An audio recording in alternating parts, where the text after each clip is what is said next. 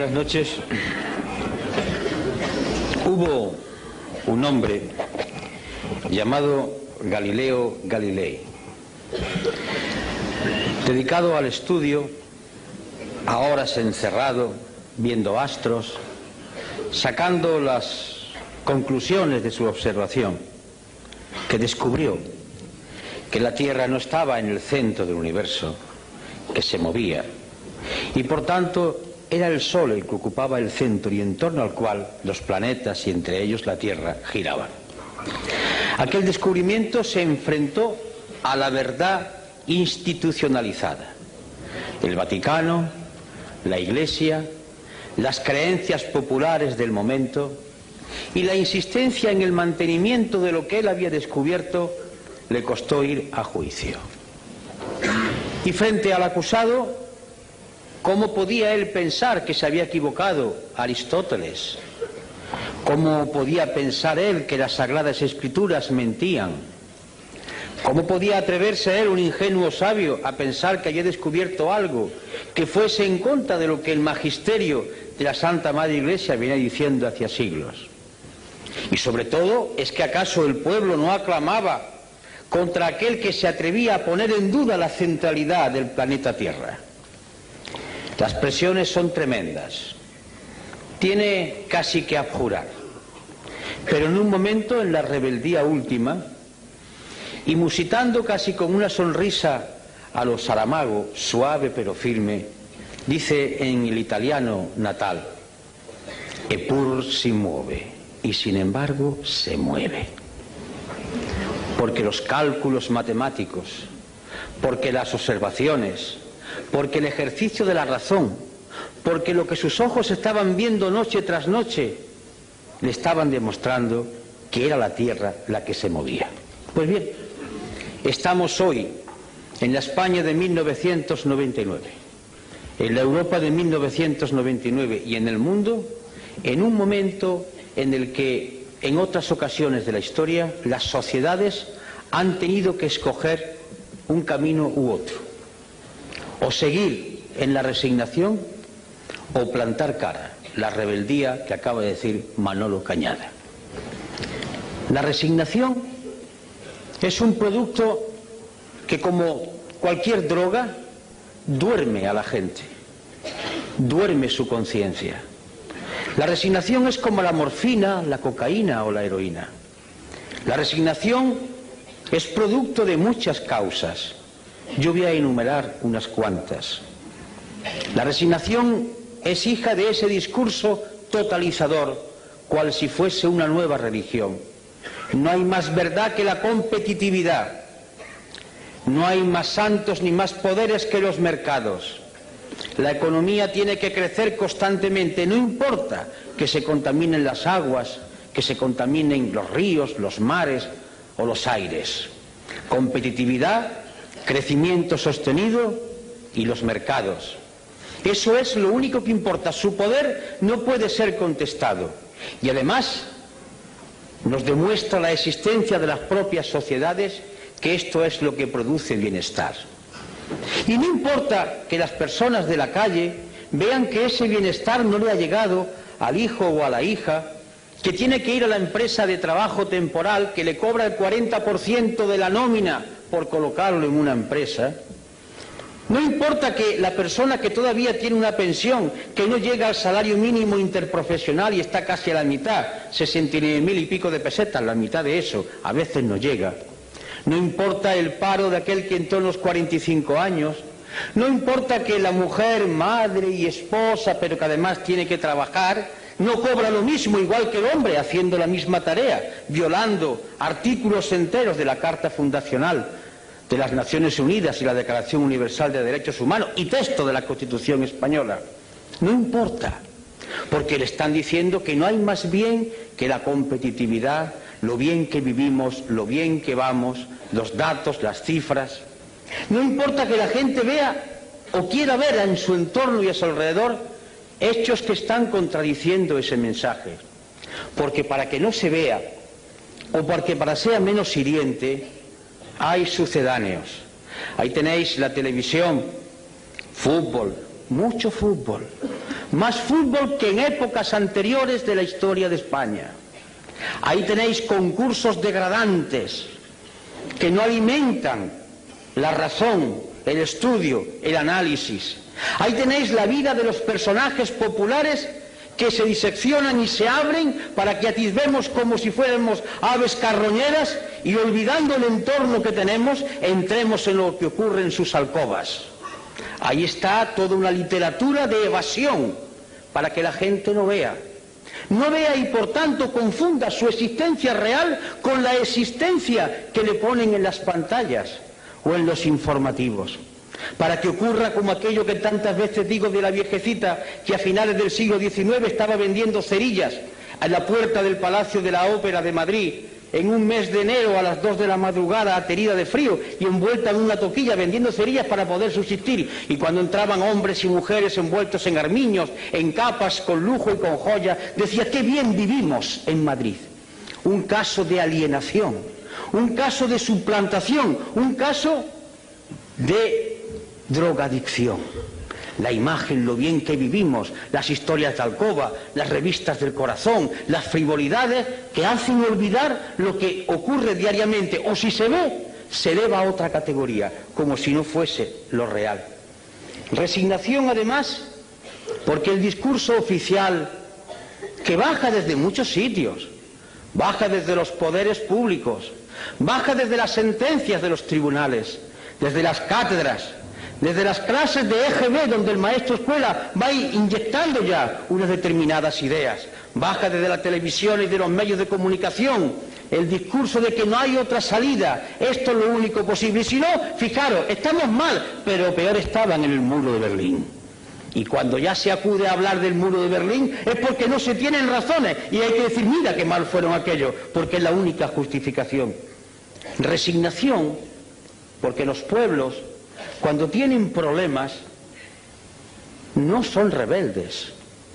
El que tiene que comer todos los días no puede permitirse el lujo de perder por un acto de rebeldía el puesto de trabajo. La rebeldía siempre ha surgido de aquellos que comían todos los días. De aquí la gran culpabilidad de muchos intelectuales españoles que, comiendo todos los días bien del pesebre o bien de su trabajo, no han sido capaces de decir basta a esta situación de degradación. De ahí una resignación que nace de la evidencia diaria del paro, que es cierto, de ese paro que dicen que se reduce porque la estadística dice que cuando una persona trabaja 2 horas a la semana ya no está parado. Una disminución estadística de los empleos a tiempo parcial, de las horas extraordinarias que se imponen pero que no se cobran, de la angustia si mañana poder trabajar. Eso es resignación. Resignación que cae sobre un pueblo que se da cuenta, además, o no se da cuenta porque no le gusta o no quiere verlo o no dejan verlo, que estamos yendo hacia atrás, que estamos llegando a cotas propias del siglo XIX, que aquella seguridad social para todos, que el tema del subsidio de desempleo va bajando continuamente en contra de la Declaración Universal de los Derechos Humanos o de la propia Constitución. Resignación que surge de la culpabilidad del propio parado.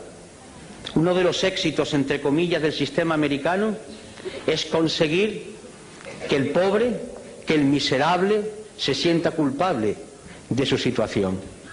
Es la filosofía calvinista, hija del protestantismo. Tú eres culpable de tu situación, no has sido capaz de triunfar. Esa es la filosofía de la sociedad americana. Y si no has triunfado es porque tú eres el responsable. Esta sociedad da oportunidades a todo el mundo. Si tú no has podido hacerlo así, tú eres el culpable. Y entonces el oprimido, el pobrecito, el esclavo se echa en la responsabilidad de su situación. Es perfecto el dominio del poder. Un dominio del poder que ya no se basa en la fuerza, en la coacción, en la utilización de la Guardia Civil o del Ejército. Se basa en un dominio mucho más terrible, más duro, el dominio de la mente. Ese opio que cae desde los aparatos de televisor, ese opio que cae desde la sentencia de los tribunales, desde los discursos políticos, que va empapando la mentalidad de la gente y va diciendo calla, calla, calla, porque si no callas puede ser peor.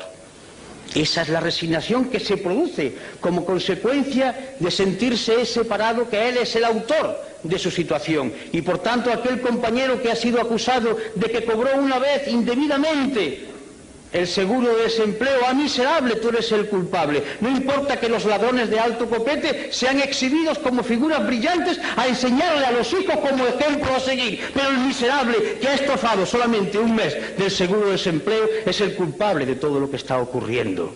Eso es resignación. Resignación que surge de los medios de comunicación, y no se me enfaden las cámaras, no va con vosotros, pero va con los que tienen el poder en vuestras empresas, va contra aquellos que optan por decirle al pueblo una parte de la verdad. Resignación que consiste en dar un credo único, decir todos amén a la competitividad, a la moneda única, estamos mejor que nunca, amén, amén, amén. Es el coro como una letanía que va uniformando el pensamiento, que va haciendo seres totalmente iguales, como describía lo que podía ser el futuro Orwell en 1984. Esa resignación, por tanto, es hija de una economía, de un sistema político que confunde muchas cosas. Una información que está haciendo surgir en nuestros universitarios, en nuestros institutos, en nuestras academias, en las escuelas básicas, la cultura del sí o no, propia del ordenador. La vida está llena de colores, de tonos, y por tanto el lenguaje es mucho más vivo cuanto hay más cosas que hay que ser descritas. Sí o no, blanco o negro, derechas o izquierda. Conteste usted como el ordenador, afirmativo, negativo, afirmativo, negativo. Se busca ya no al ser humano pensante capaz de la reflexión, de la duda o de la inquietud, se busca al esclavo sin pensamiento. Y por eso no se quiere la historia, y por eso se desdeña la memoria, porque los seres humanos somos hijos de la memoria. Yo soy lo que soy porque viví con mis padres, mis recuerdos, mi historia, mis vivencias.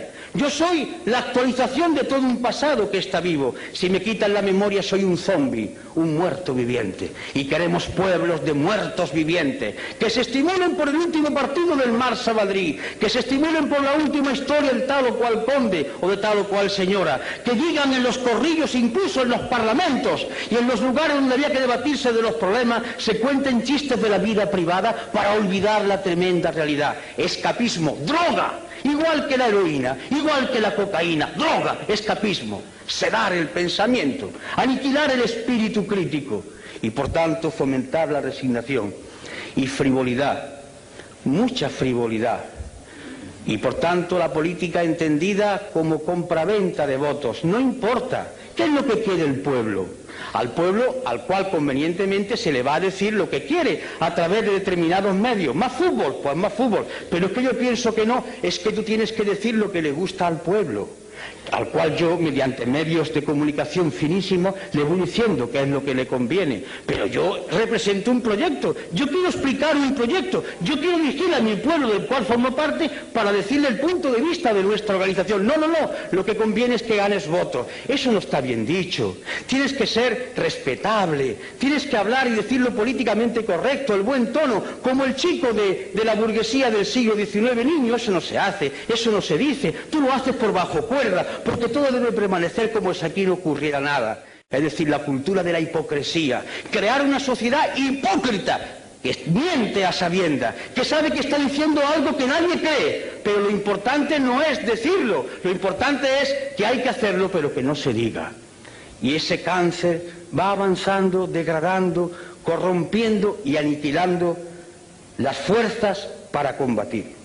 Y ese es un camino, sin duda dulce, es la muerte lenta, como se consume un brasero, como van muriendo aquellos que beben la cicuta, muerte que le dieron al gran Sócrates. Va durmiendo paulatinamente todo el organismo y se muere uno con la sonrisa en los labios, pero muere. Y el otro camino es lo que ha dicho Manolo, rebeldía. Pero la rebeldía no es un gesto altisonante, no es un grito, no es un insulto, no es una pedrada, no es una mala contestación, es mucho más profundo. La rebeldía es un grito de la inteligencia y de la voluntad que dice, y lo voy a decir en Román Paladino, no me da la gana de decirle que sí a esta actual situación. ¿Por qué? Porque no quiero. Y me niego a decirle que sí, porque entiendo que puede haber otra situación y por tanto yo no asumo esta podredumbre y no participo de ella y lucho contra ella. Y esta actitud es una actitud intelectual. Y cuando digo intelectual no quiero hablar de universitario, de la mente de cualquier ser humano. Es un posicionamiento que nace de la mente y del corazón, del fuego, del querer cambiar. Esta es la rebeldía fundamental. Lo otro son voces, son chillidos, son insultos, son graznidos. Dale caña, circo romano. No, la rebeldía no es ni más ni menos que el posicionamiento con otros valores y la decisión de hacerle frente. Rebeldía para decir que no aceptamos que la competitividad y el mercado sean los que rijan los destinos de las sociedades, que entendemos que hay una Declaración Universal de Derechos Humanos que tiene que cumplirse y que eso significa sociedad de pleno empleo, donde el hombre y la mujer sean exactamente iguales, donde no haya marginados y que costará mucho tiempo y mucho sacrificio, pero es hermoso luchar, incluso morir por eso, porque morir tenemos que morir, muramos por lo menos luchando por un ideal noble y no consumiéndonos como un brasero.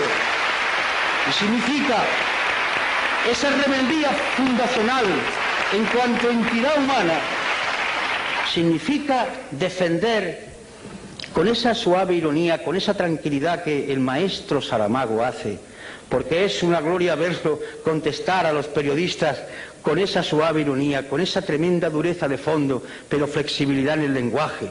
Significa defender que hay valores que deben ser mantenidos, el hermoso valor de la igualdad. Como decía uno, la sangre es roja y todos la tenemos roja, no hay sangre azul. Y además, como decía otro, todos los corazones, salvo alguna excepción, están en la izquierda. Por tanto, esa igualdad que hace que los seres humanos nazcan de la misma manera. Una igualdad esencial, no igualitarismo, y por tanto dignidad de la persona por ser lo que es, persona. Y junto a la igualdad, la libertad. Pero hablar de libertad es algo muy grande, porque libertad es asumir que se tiene la conciencia libre, que no es lo mismo que libertad de conciencia. La conciencia libre significa que yo puedo decidir si yo tengo todos los elementos para formular mi decisión. Estoy bien informado, estoy bien formado, me alimento todos los días, tengo un techo donde guarecerme, tengo una ropa que ponerme y una vez que tengo mis necesidades más elementales satisfechas, yo puedo empezar a pensar para ser un hombre libre. Porque si yo tengo que buscar el trabajo trampeando como sea, poniéndome en la cola del paro, vendiéndome por 4 perras porque tengo que comer los míos y yo no soy un hombre libre, aunque mañana me permitan que vaya a votar en las urnas. Yo voy movido por mi hambre, por mi necesidad de tener que venderme en cada momento para el trabajo. Y junto a la libertad, en sentido espléndido de la palabra, la justicia.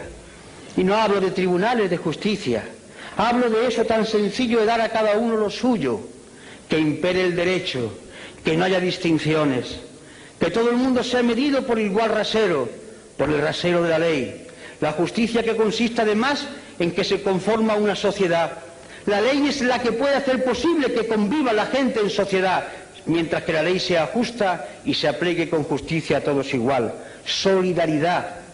Es un mensaje que nos puede hermanar a todos aquellos que hablaban del internacionalismo proletario, que sigue estando vigente, aquellos que hablan de la hermandad de los seres humanos y porque hacen referencia a sus creencias basadas en la teología de liberación, a otros que hablan desde otros supuestos de liberación humana, a otras propuestas de liberación. De acuerdo, solidaridad, que consiste en afirmar tranquila y serenamente que no merece la pena luchar por banderas, que la única bandera es la moneda del planeta Tierra y la humanidad es una sola raza, una sola y única raza, y que merece la pena luchar por ella.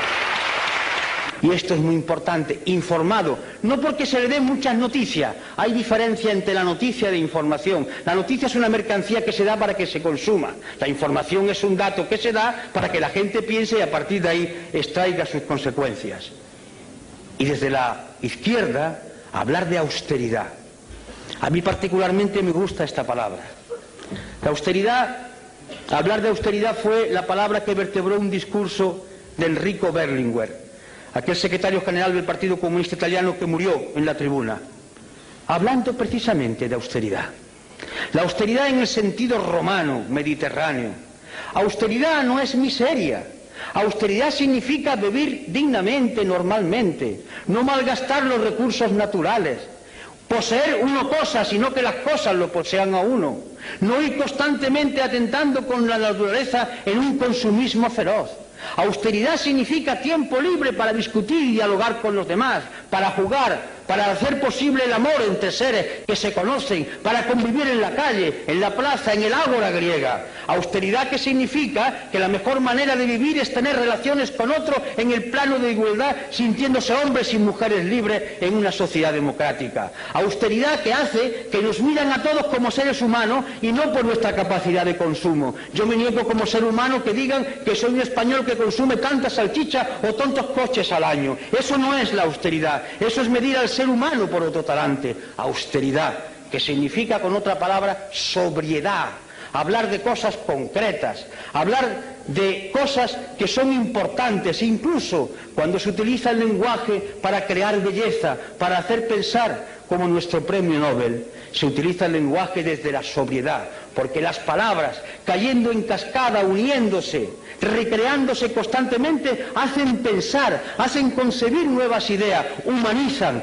Esa es la austeridad y esa es la sobriedad.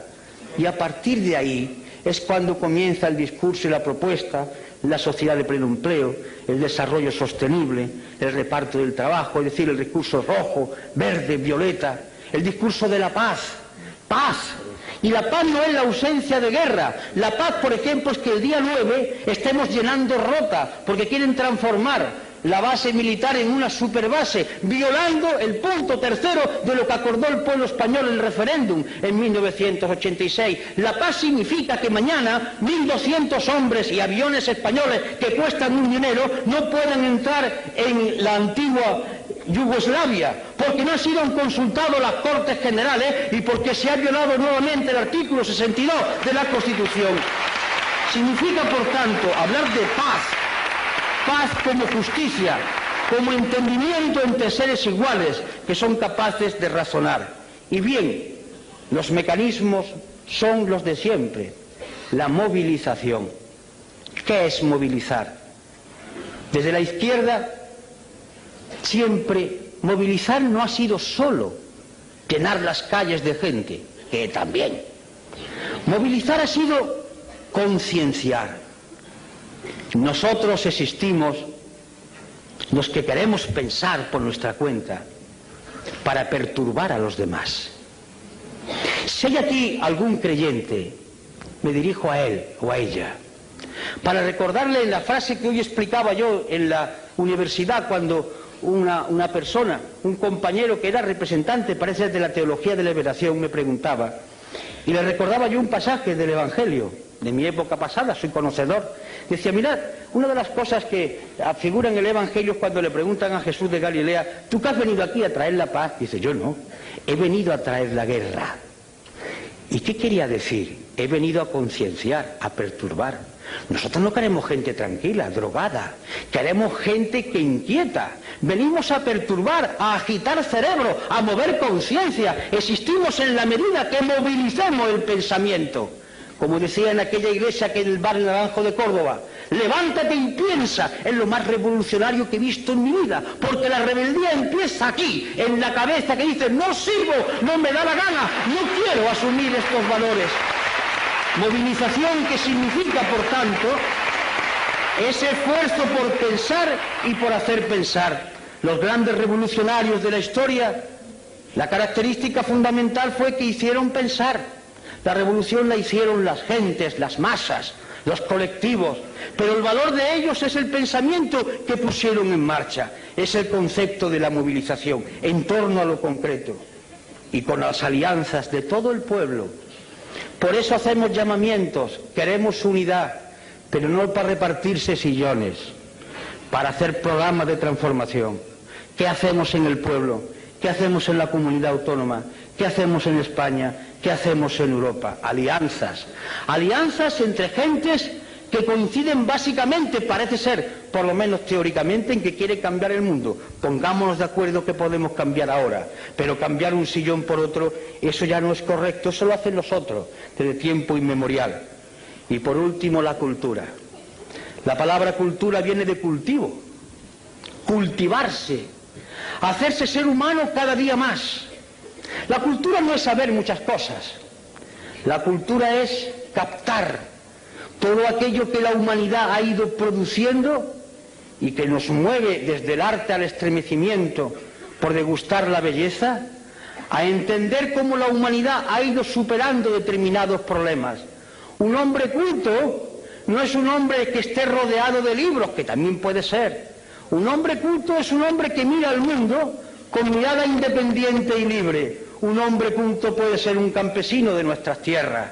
Cuando revina, palabra que utilizan en mi tierra, está pensando, pero sabe calcular las cosas, piensa como quiere, es un hombre que tiene un tipo de cultura. Y ese hombre que a lo mejor no sabe leer, le puede dar la mano a otro culto de la universidad, que sabe más cosas, pero está en la onda de la cultura, porque ambos confluyen desde su sentido de hombres libres con capacidad para pensar. Y en fin, en el acto de hoy, donde ahora va a tomar la palabra el maestro Saramago, y dicho con todo cariño, en el sentido de ejercicio de sencillez y de hondura, la voz de Izquierda Unida esta noche no ha hablado de programas, ni Manolo ni yo. Hemos hablado, y os lo confieso, de lo que nos mueve a nosotros, a él, a mí, a José y a los demás compañeros y compañeras. No sé lo que ocurrirá en los próximos meses o en los próximos años, pero la decisión de mantener este discurso es firme por nuestra parte. La vamos a seguir manteniendo, no lo pensamos cambiar.